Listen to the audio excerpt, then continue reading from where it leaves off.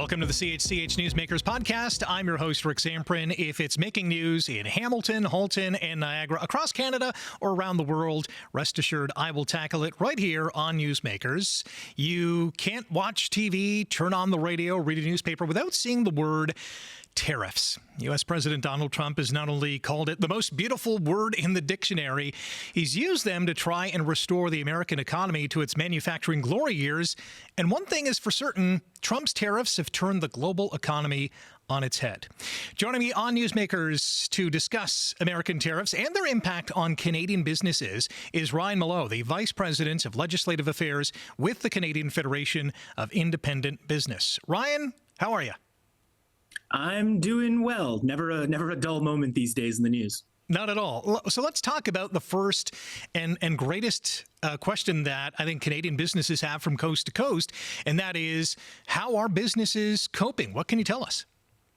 It's been extremely challenging. It's been a very up and down 6 or 7 months now. New information seems to be dropping every day. It seems to change on a whim or on a tweet or on a Truth Social post. Very often, it's made it very difficult to keep up and incredibly difficult to plan. A lot of business owners telling us they really don't know what the next 3-4 months are going to look like, let alone the next year or two. Which sectors of the Canadian economy, and we're talking small business here, are most vulnerable or have been most susceptible to the impacts of these American tariffs? So we see it on both sides of the border, and it kind of depends how the business operates. When it comes to the U.S. tariffs on Canadian goods, you see it a lot more in manufacturing, especially auto manufacturing, steel, aluminum, those areas that are either outside of the trade agreement or have the special tariffs on them that the U.S. has applied. However, Canada's counter tariffs actually affect a much broader range of businesses, especially retailers. Anyone that's bringing in goods from the U.S.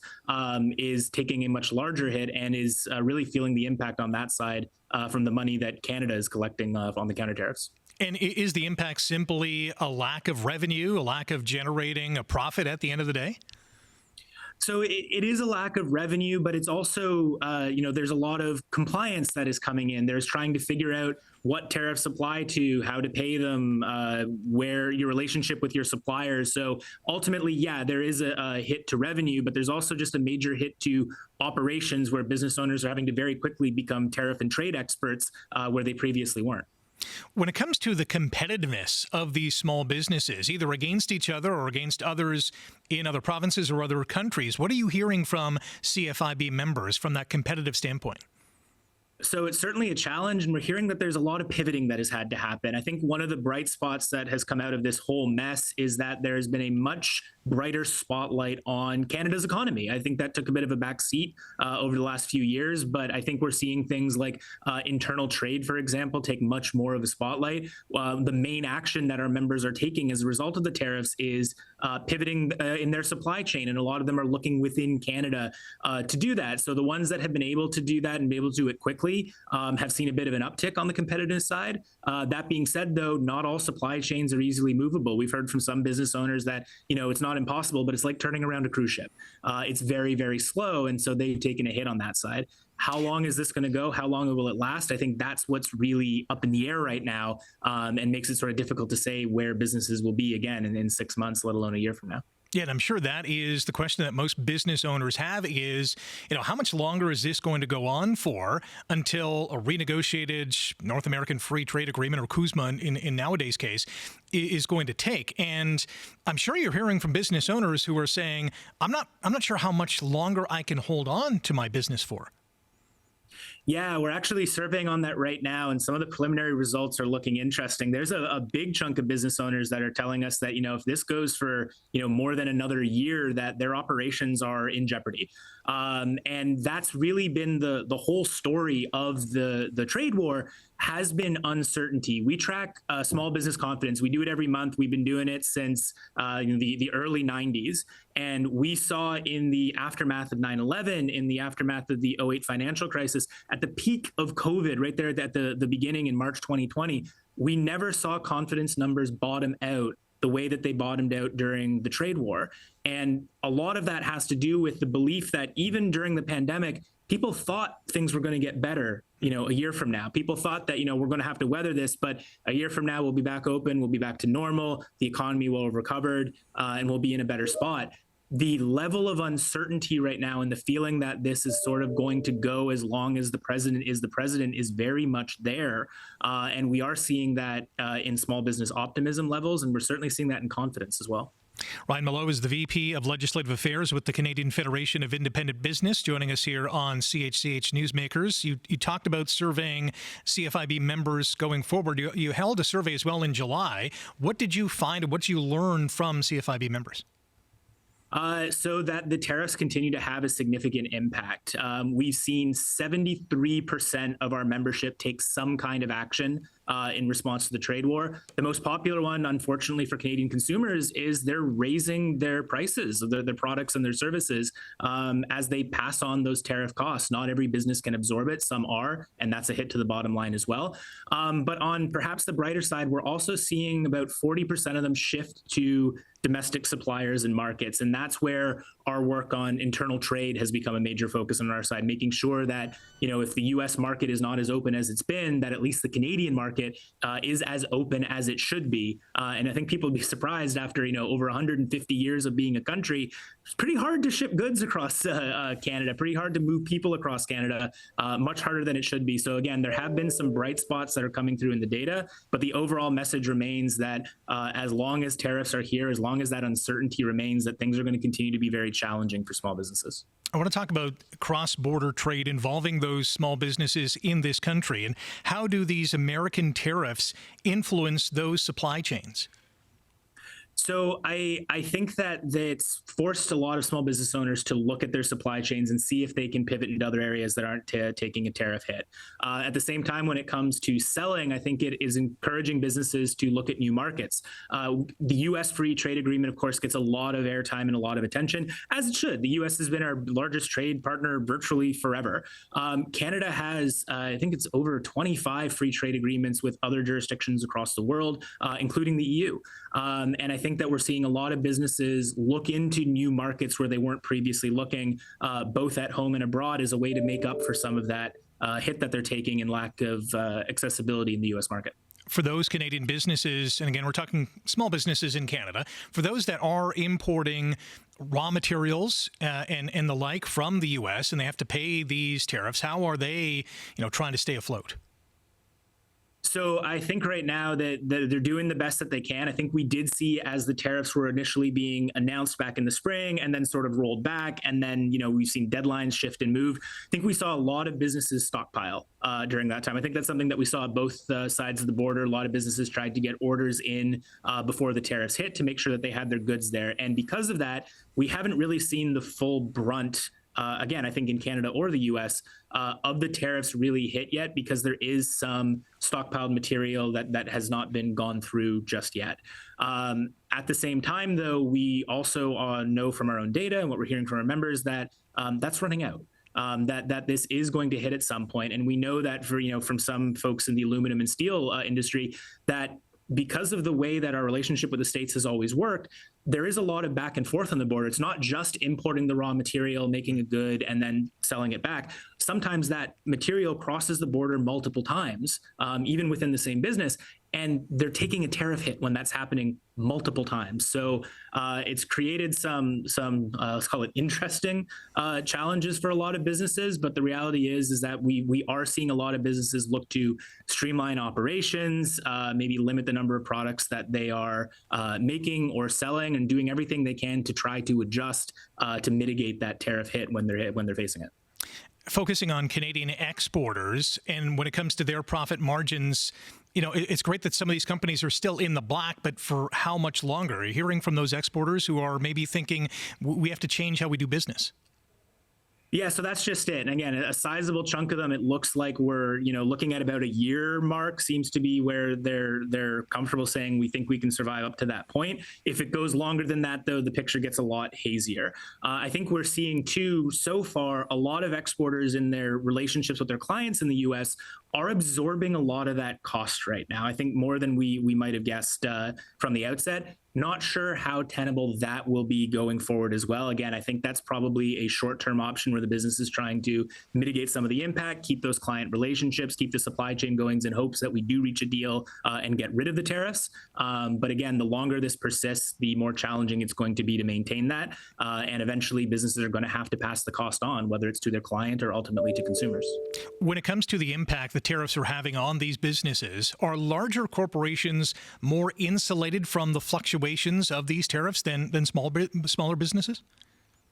I think it really depends on what the corporation is doing. Like, I think we saw all of the major North American car companies came out and said, they've taken very sizable, we're talking, in the $1 billion range hit from tariffs so far. I don't think you're going to see a small business show the same hit. However, a lot of large corporations too also are moving stuff across the border that is CUSMA compliant. And I think that that's a number that we're watching really, really closely. I think we've seen I think it was RBC put out a number as high as suggesting that 94% of the goods crossing the border are CUSMA compliant. The challenge, though, is when you're looking at the goods, you're not looking at the business. Big businesses do high volume, so that number is going to be high where they are compliant. A lot of small businesses are not CUSMA compliant. I think our most recent survey, we're looking at again, but I think our most recent survey in the spring suggested that it was in the 60% range which implies that 40% are not, and are thus taking the tariff hit. Because before this, there was a small hit to that. I think it was about 2%, but not the 35 that we're seeing now. So I think that it's hitting businesses differently. I think when you look at the overall number, big businesses are taking a sizable hit, especially the auto industry. But a lot of small businesses, in terms of the compliance costs and the ability to move things across the border to get goods or to sell goods, has been severely limited. And I think the hit might mean more to a small business when you're looking at, if they've only got one or two clients and they're cross border, you lose one of them, that's a major hit to the business. We're talking about U.S. tariffs and their impact on Canadian business with Ryan Mallough, the Vice President of Legislative Affairs with the Canadian Federation of Independent Business. And when it comes to, the different strategies that Canadian businesses are employing to kind of, sidestep some of these impacts, whether it comes to, raising prices, reducing staff, diversifying their market, is there one common denominator amongst those that most businesses are turning to? So not really on the most side. I think we're seeing a variety of actions taken. In our most recent survey, the plurality, about 40% of businesses suggested that they are raising their prices. We've seen about 36% shift to domestic suppliers and markets. Another 28% have delayed or canceled their expansion plans. I think what we're seeing there is that businesses are trying a lot of different things. That's what I'm taking away from the data. Again, that comes back to some of the uncertainty. You're not really sure if you want to go all the way down a road because this could be gone tomorrow. It could also last the entirety of the Trump presidency, which, as some colleagues remind me, is still another 3.5 years. It's been a very brief amount of time at this point for all the uncertainty and action that has been going on. So I think right now there's no silver bullet solution to this. That's really what we're seeing. But what we are seeing is that 73% of our members have taken some kind of action. And that tells you that, businesses are looking, they're trying to find something that works. What kind of permanent damage do you think this whole situation is creating for Canadian businesses who might now realize, America's not our market anymore? You mentioned the UK earlier and how Canadian businesses are diversifying where they're sending their goods, and obviously that is a great outlet. Is that kind of play going to be enacted by more and more businesses going forward because they simply can't trust what is happening down south? I think so. We're seeing that sentiment really shine through when we're surveying our members. That I think that the real damage here has been to the relationship, and I don't think that's going to be a short-term piece. We know, for example, that Canadian counter tariffs impact our membership much more than the U.S. tariffs do, just because we have much more importers than we do exporters. At the same time, 63% of our membership are still out in support of those counter tariffs, even though they know it hurts. And I think that, we see it in sports all the time. It happened recently at the Four Nations. It becomes more than just a game, in particular with the U.S., right? We like beating the U.S. We like making sure that we always show up, that we show our best. And I think that we're seeing that sentiment in our economy as well. I think, when we saw the Buy Canadian movement from consumers and a lot of businesses taking advantage of that as well, that I think a lot of people thought it would be short-lived. I think I certainly thought that it would be short-lived. And here we are 6-7 months into it, and it still feels like it's pretty solidly there. You still, see people at the grocery store checking where the products came from, and you see people put down products that have come in from the U.S. And I think that's the kind of thing that's going to be sticky in people's memories. And on the small business side, as we diversify markets, we see it in other things. When Canada Post goes on strike, a lot of businesses don't come back after the strike is resolved. They've found something new. And I think we're going to see that come through in this, whatever the outcome is as well. I thought the whole Buy Canadian thing was going to be short-lived as well. And I'm not sure what my time frame was for short-lived. Certainly not this long. And I think the thinking was, it's just one of those things that it'll kind of go by the wayside and we'll just kind of move on. But I think Canadians are deeply hurt, and Canadian business owners are deeply hurt by what's gone on.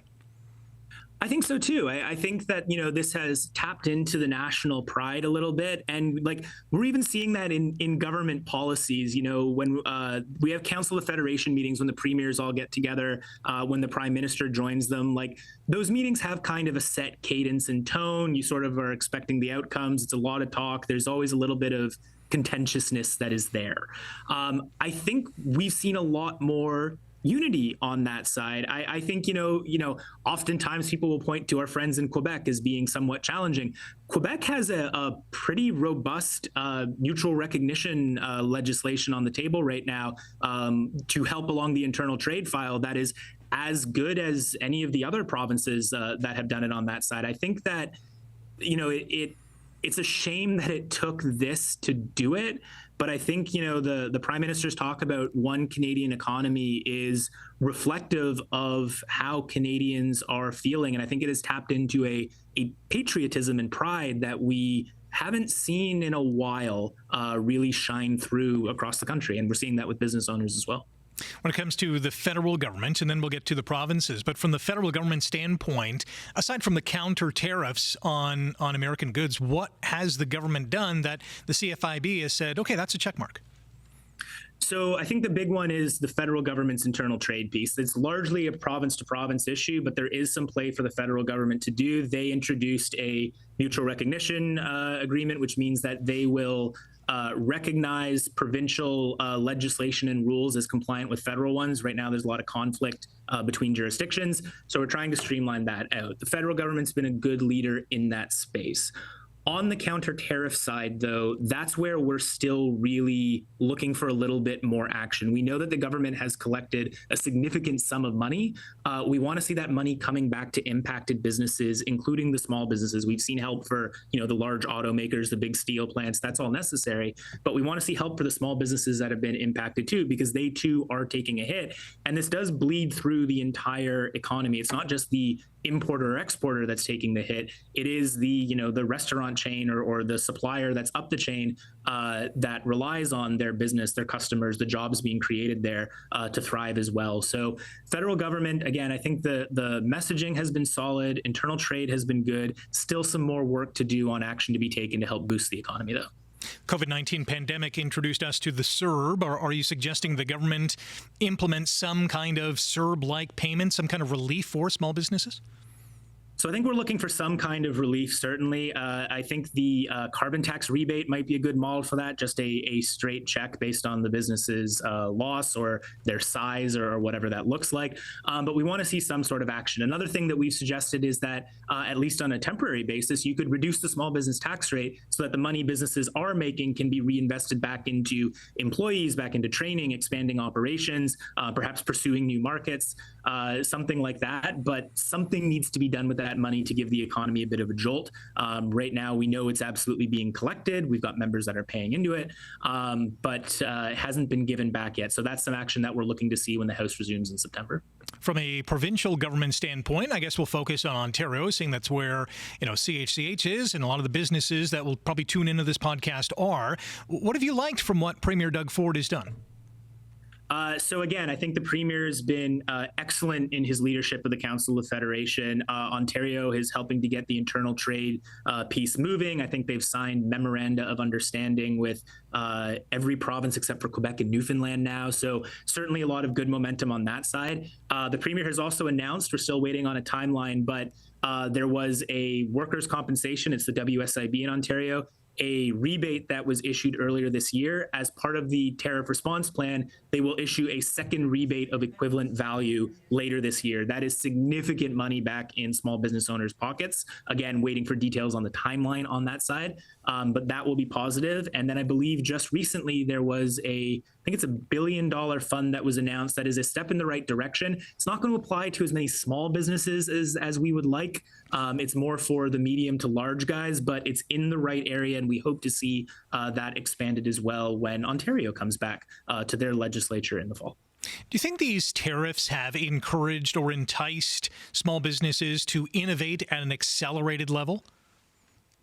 I think so. I think anytime that you see any sort of pressure come down on business operations and certainly come down on the bottom line, that businesses are going to look to innovate. They're going to look to streamline. They're going to look for new ways of doing business. I think it's still very early. As much as this has felt like it's been forever, it's only been, I think, 6-7 months at this point. So I don't think we've seen the full return on what that looks like yet. But I will certainly say, like, we are seeing an uptick in interest in AI, for example, which up to this point had really been, more larger companies that were looking to use that. I think we're seeing more small businesses wondering, how can we adopt that to expand our operations? Again, I think you're seeing more businesses look at the other free trade agreements that we have and looking in new markets, which is another way of innovating as well. So again, there are some silver linings to the clouds, but ultimately, we need to get a trade deal done with the U.S. We need the free trade agreement back fully intact and operating so that we can get back to business as usual. Do you have any inside info in terms of when this could potentially get reworked? Boy, I wish I did. I really hope it's soon. Yeah. It's interesting. Going into this year, we didn't have tariffs on our bingo card or on our planning, but we did have CUSMA. The free trade agreement was actually up for review in 2026. We'd already started some preliminary work just to see, what's working in the agreement, what should be looked at. I have a hunch that that's going to be pretty accelerated now. It feels that this whole tariff battle is ultimately leading to some sort of, if it's renegotiated or revamped Canada, Mexico, U.S. free trade agreement. So I think that we'll probably see, if we were expecting those talks to start in early 2026, I would expect, probably mid-fall things really ramp up on that side. Where it goes from there, though, again, like with all things in this trade battle, incredibly hard to say. It's just a lot of uncertainty in terms of where the president wants to go. Have you heard whether there's an industrial or commercial sector that might be revamped or might be impacted by a revamped CUSMA? It's hard to say. I mean, we know that there's been a ton of focus on the auto industry. It's, of course, a major industry in Canada and an industry that is very fully integrated between the two countries. I think that's one that's going to get a lot of attention on that side. And then I would look at the other sectors that have seen those sector-specific tariffs. We know steel, we know aluminum, copper just got hit. Pharmaceuticals has gotten a lot of conversation. I think we're expecting something there, as well as computer chips and semiconductors. But I think at this point, looking at it, it's going to be one of those everything is on the table kind of things. That seems to be how the president negotiates. So again, we've always been of the impression that no deal is better than a bad deal. We want the best outcome for Canada, and expect, everyone from the premiers, the prime minister, small businesses, big businesses across the country will be fully on board to get the best deal we can. I know these trade deals don't happen overnight, obviously, but are you a little bit surprised or maybe dismayed or feeling somewhere in between in terms of, the federal government's ability to iron out trade deals with other countries or other continents or other, entities around the globe? I mean, I think right now Canada's in a better position than most countries because of the trade deal that we had in place, right? That CUSMA is still largely intact or mostly intact, puts us at a bit of a competitive advantage, and I think gives the government a little bit of leeway to play a little bit more hardball than some of the other countries are playing. I think the other thing that's at play that, again, is one of those ever-changing pieces is the trade deals that the U.S. seems to be reaching with every other country seem to not be deals 2 weeks later. I mean, we saw, Japan and the EU look done, and now they're maybe not done, and everyone's kind of disputing what the details are. I think India was announced as finished, and then suddenly there was a 50% tariff that were levied on them. So I think that there's a lot that is still up in the air. I think right now, Canada remains in a good position to get a deal done.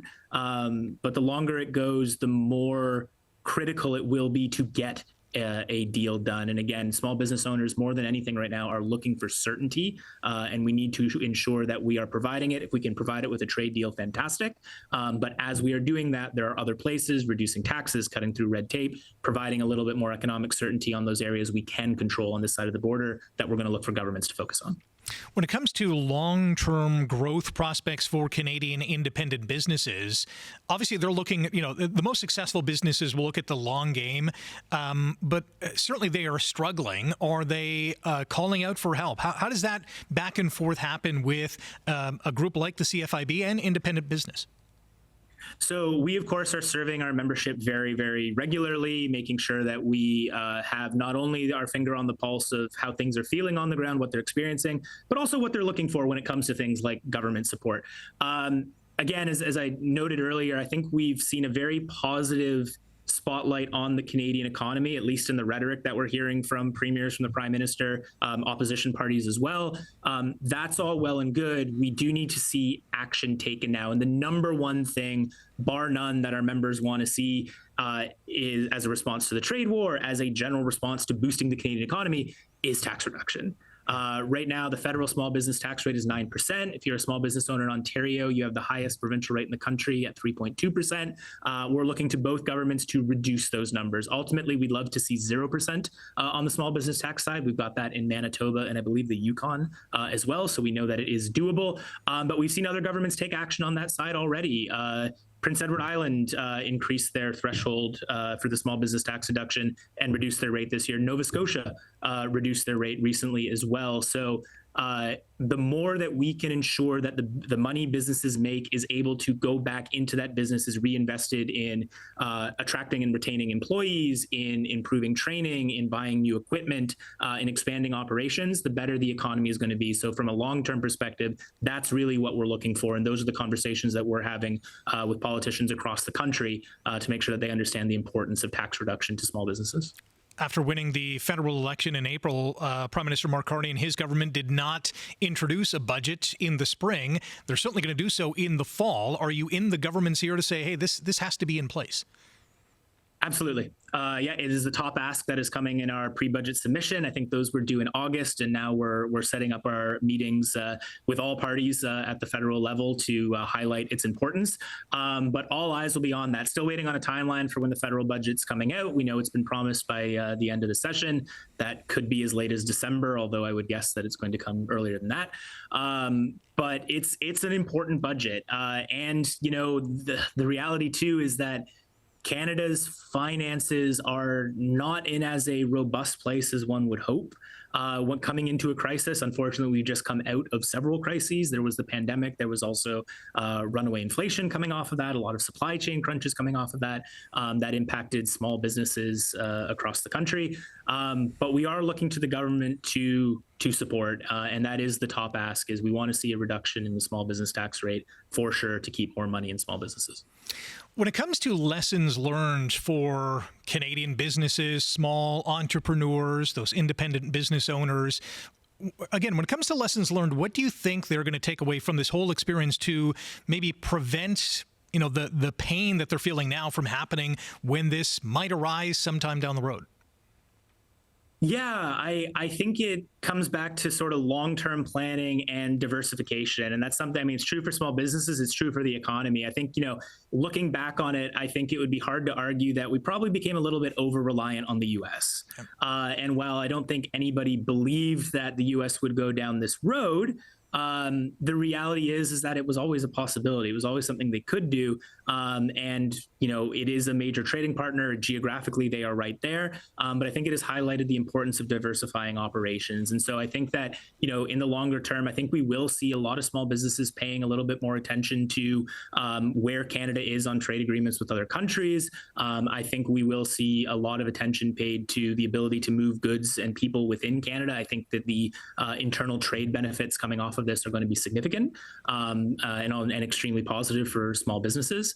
And I think too that the economy is going to be the thing. It's not to say that it ever really takes a back seat, and we've got a number of important issues that need addressing in the country. But I think that a lot of Canadians are going to be looking to their government to lead economy first going forward. And I think that means that taxes across the board, but also, government support programs and investment, ability to attract investment are all going to get much more of a spotlight and a highlight than they have over the last few years. And again, ultimately, I think that's positive.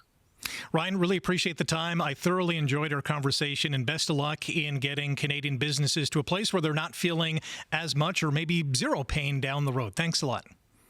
Thanks for having me.